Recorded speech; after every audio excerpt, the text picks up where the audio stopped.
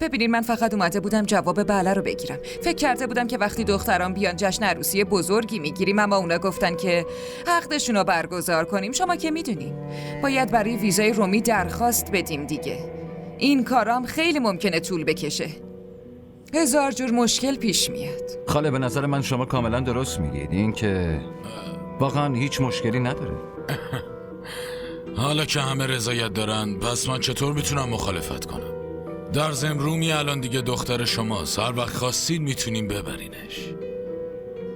وای خیلی خیلی ممنون داداش رسول. من دیگه نمیخوام توی کار خیر عجله کنم. حتی من میخوام انشالله همین هفته باشه. انشالله انشالله.